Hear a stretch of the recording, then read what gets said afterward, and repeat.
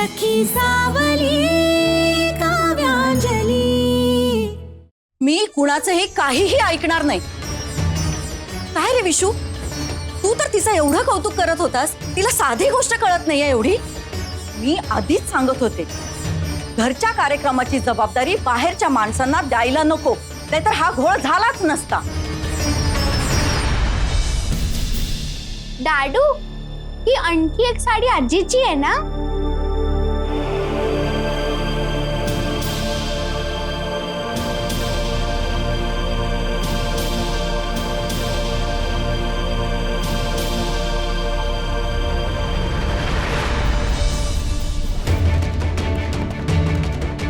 विशू, अरे ही अशी साडी माझ्यासाठी? बाई ग, आता तर ह्या मुलीने अगदी कहरच केला। अरे अशी साडी नेसून मिरवायला मी काय नटमोगरी आहे का? अरे ही साडी मी पूजेला नेसते तर किती वाईट दिसेल ते।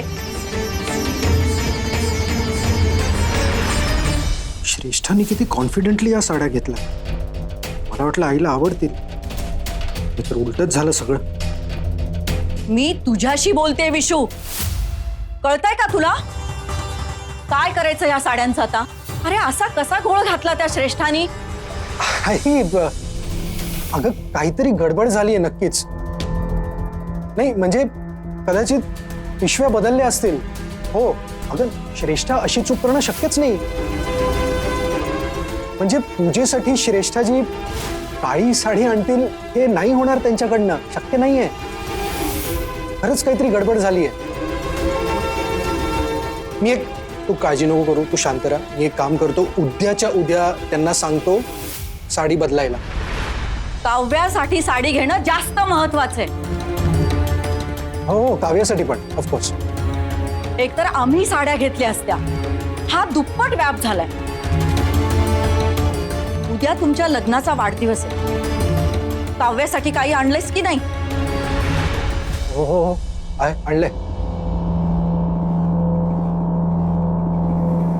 ठीक आहे, मी आलोच।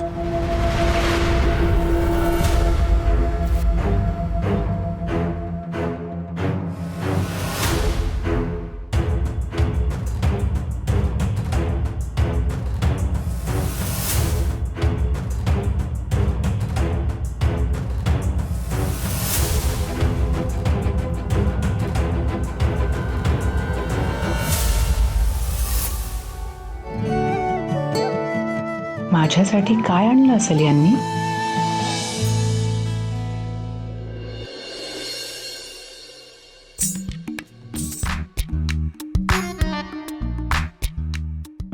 आशू, आवरलं की नाही तुझं अजून? आपल्याला अक्काईकडे जायचंय, ती वाट बघत असेल। घरात किती कामं असतील, तिच्या एकटीवर भार पडायला नको म्हणून आपण जाऊन तिला मदत करू। चल लवकर तू। थांब ग, आलेस, जरा मला नीट मेकअप करू दे। तसंही तुला कशात इंटरेस्ट नसतो, आणि तसंही तुझा मेकअप करून काय फायदा आहे?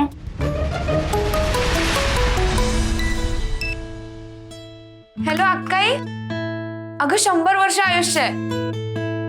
तूच रिचार्ज करतेस रोज माझं आयुष्य, कारण जेव्हा सुद्धा मी तुला फोन करते किंवा जेव्हा जेव्हा आपण भेटतो तेव्हा तू माझाच विचार करत असते। आणि तू माझा।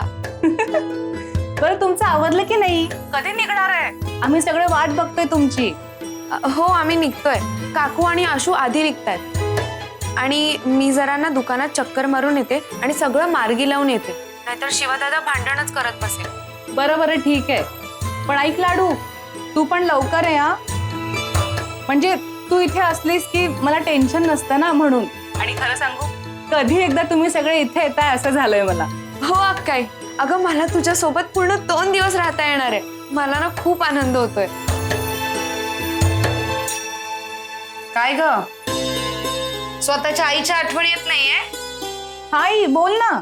फक्त हिच्याशीच बोलणार? नाही आई, तसं नाही, मी नाही, आम्ही पण यायचंय ना पूजेला। हा हा लवकर या। हो हो पुरे, सारव नको आता। बरं तू आता फोन ठेव, येतोय आम्ही।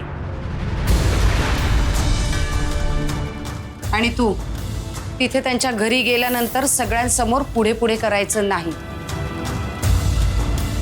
गप्प बसायचं। जास्त शहाणपणा केलास ना तर गाठ माझ्याशी यात्रा. सामान घे आणि बाहेर थांब, मी आलेच. घे.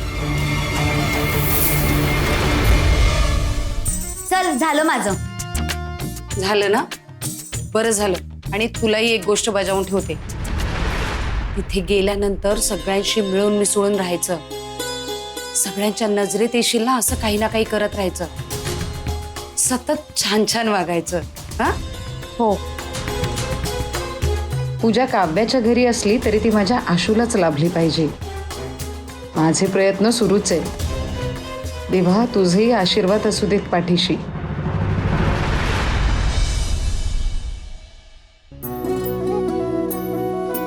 चला, काळे झाले, सुप्रिया वहिनी झाल्या, पाटलांना तर आधीच निमंत्रण दिले. राहिलं कोण? झाले सगळे, सगळ्यांना निमंत्रण झाली. आई, उद्या पूजेमध्ये आपण सुवासिनी पूजन पण करणार आहोत ना? हो. हे ना त्यांच्यासाठी करंडे आणले होते, तुम्ही एकदा बघा ना. म्हणजे तांदूळ, मिठाई, नारळ हे सगळं देणारच आहोत आपण, पण एकदा तुम्ही नजर टाका ना. वा, छान. सगळं कसं समजून उमजून करतेस ना तू. मी एकदा सांगितलं की मला बघावंच नाही लागत. तुमच्याकडूनच शिकली आई मी. तुम्हीच घडवलंय ना मला. अगं हो, घडवणाऱ्याकडे कला असली ना तरी मूळ माती ही तशी असावी लागते. तसे त्या मातीत गुणही असावे लागतात. तुझ्यामध्ये घडण्याची क्षमता होती आणि तशी तुझी इच्छाही होती ग. म्हणून हे सगळं घडलंय. नीट नेटका संसार करशील बघ. कसं आहे, सासूच्या पावलावर पाऊल ठेवत सून जर पुढे गेली ना तर तिचा संसार अगदी उत्तम होतो. बरं, पूजेची तयारी होत आली आहे. आता लग्नाच्या वाढदिवसाच्या तयारीचं काय? नवऱ्याला काही गिफ्ट बिफ्ट घेतलंय की नाही? काही आणलंयस का त्याच्यासाठी? नाही म्हणजे त्याला विचारलंय म्हणून तुला विचारते. हो आई, म्हणजे मागच्या आठवड्यात आणून ठेवलंय मी. हा, खरंच की काय? आणि मला सांगितलं नाहीस ते? सॉरी आई, म्हणजे मी सांगणारच होते पण ते अगं राहू दे राहू दे. हे काही गोष्टी असतात ना त्या नवरा बायकोंमध्येच राहू द्याव्यात. हा, असू दे. बरं, मी दाखवते तुम्हाला. थांबा. अगं नको, राहू दे राहू दे म्हटलं ना. नाही असं नको, मी आणते ना. 2 मिनिटात आले. थांबा, आलेच.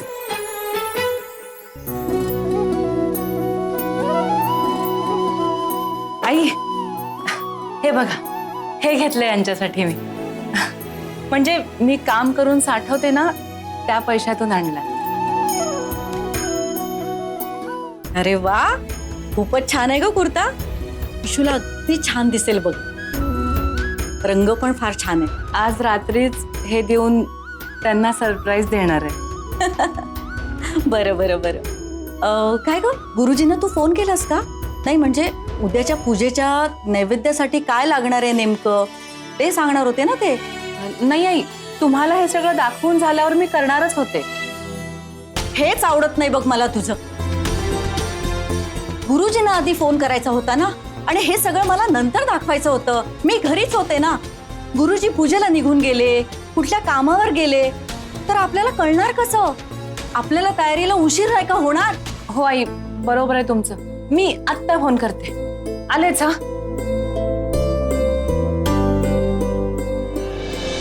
शिवादादा, 2 दिवस सगळी जबाबदारी तुझ्यावर आहे. त्यामुळे सगळा हिशोब नीट लिहून ठेवा.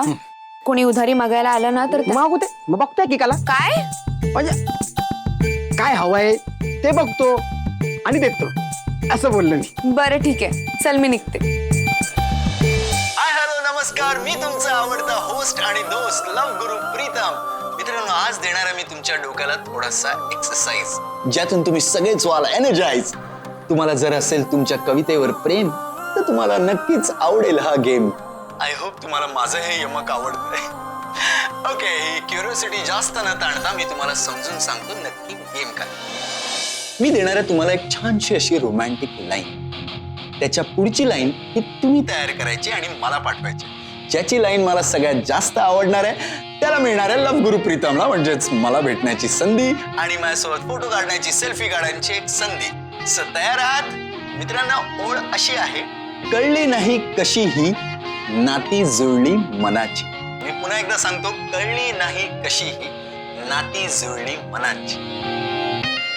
चला आता तुम्ही तुमच्या डोक्याला जरा ताण द्या, तुमची रोमॅन्टिक बाजू बाहेर काढा आणि तुमच्या मनातल्या अशा छानशा कल्पना मला पाठवा.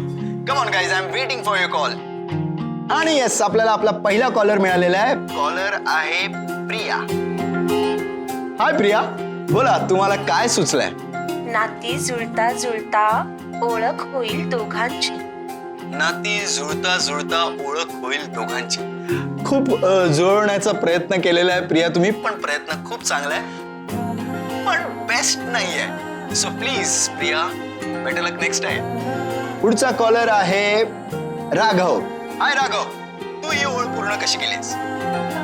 तुझ्या माझ्या संसारात साथ निभावू एकमेकांची. कळली नाही कशी ही नाती जुळली मनांची. तुझ्या माझ्या संसारात साथ निभावू एकमेकांची. मित्रा, संसारापर्यंत पोहोचलास रे मित्रा. आत्ताशी कुठं नातं जुळतंय? अरे लक्षात ठेव, थोडं खुपू दे, थोडं सलू दे. कम ऑन यार. ओके, अजून कोणी आहे का? Let's see anyone else. हातात घेऊनी हात वाट चालूया स्वप्नांची. Come on guys. वा वा वा वा, जमतंय की. बघ, तू छान कविता करतेस ना, म्हणून असं सुचलंय तुला. तू प्रीतमला पाठव ना, ही ओळ पाठव, बघ त्याला आवडेल. नको नको, माझी कविता माझ्यापाशीच राहू दे. त्याला नाही आवडणार. जाऊ दे रे दादा. चल मी निघते. आणि दोघात एक मस्त कॉफी. चांगली आहे, पण अजून काहीतरी स्पेशल, काहीतरी असं हार्ट टचिंग.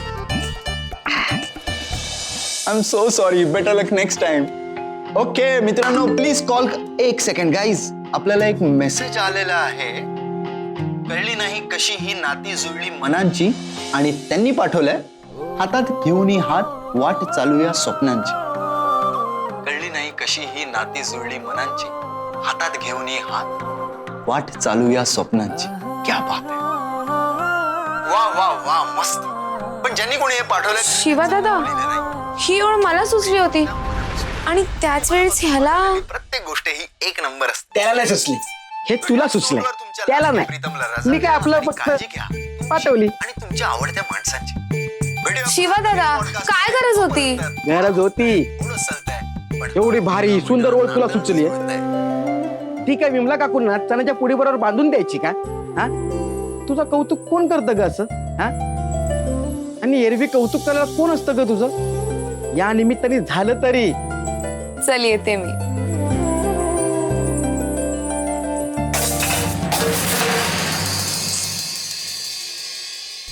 या प्रीतममुळे ना मला अक्काईकडे जायला परत उशीर होणार आहे. उशीर काय होईल? तुझा मी आवडतो. जा नक्की? जा.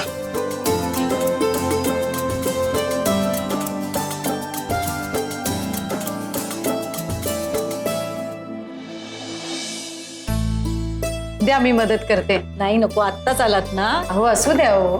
करायचीच आहेत आता. आई, लाडू कशी आली नाही अजून? मी म्हणाले होते तिला दुकानातली कामं आटपून लवकर ये म्हणून. मधुराताई नाही आल्या? येतेच असतील, आजच येणार आहेत त्या.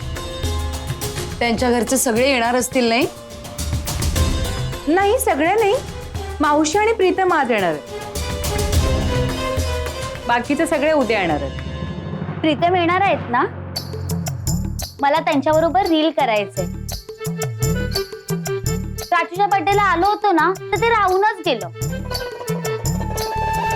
अगं, प्रीतमचा फोन आला होता. त्याला काहीतरी काम आहे, त्यामुळे संध्याकाळी येणार आहे तो.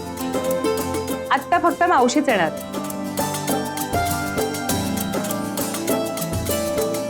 ठीक आहे, आलीच. ये मधुरा, ये. या मावशी. थांबा थांबा, मी ठेवते. तुम्ही बसा. काय उखाड आहे. नमस्कार. नमस्कार. तुम्ही आहात? कशी आहेस? अगं, मी मस्त. आणि माझ्या ताईच्या घरी पूजा आहे म्हटल्यावर जरा जास्तच उत्साहात आहे मी. मावशी, तुम्हाला चहा कॉफी काही का सरबत देऊ? नको बाई, मला काही नको. मी इथं फक्त माझ्या बहिणीच्या मदतीसाठी आली आहे. आणि काय ग, तुझी बहीण कधी येणार तुझ्या मदतीला? ठीक आहे, हीच मला मदत करेल. काय ग? ही नाही ग, अंजली. ती कुठे? ती येतेच असेल. अहो माझी आशू पण हुशार आहे. घरी सगळा स्वयंपाक ती करते. कामात अगदी वाघीण आहे आशू, वाघीण. हो का? सगळं येतं का ग अश्विनी? हो येतं की. मग मला सांग, उद्या आपल्या घरी पूजा आहे की नाही? मग त्याला पंचामृत लागतं. मग त्या पंचामृतात काय काय घालतात सांग बघू.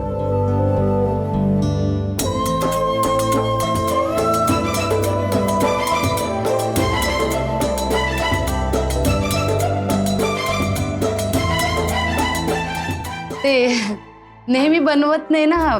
सांगेल पण ती. सांग आशू.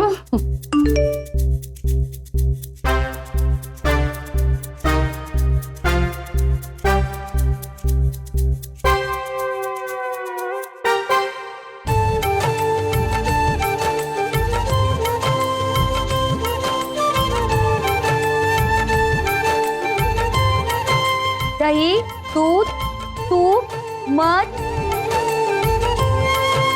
आणि साखर. अरे वा, येतंय की. तू कसा मेसेज केलास? अगं बहीण आहे ना ती आपली, लहान आहे आणि तिला काही आलं नसतं तर सगळ्यांनी तुलाच नावं ठेवली असती की तू मोठी बहीण असून काही शिकवता आलं नाही. आणि तुला कोणी काही बोललेलं मला अजिबात आवडणार नाही म्हणून.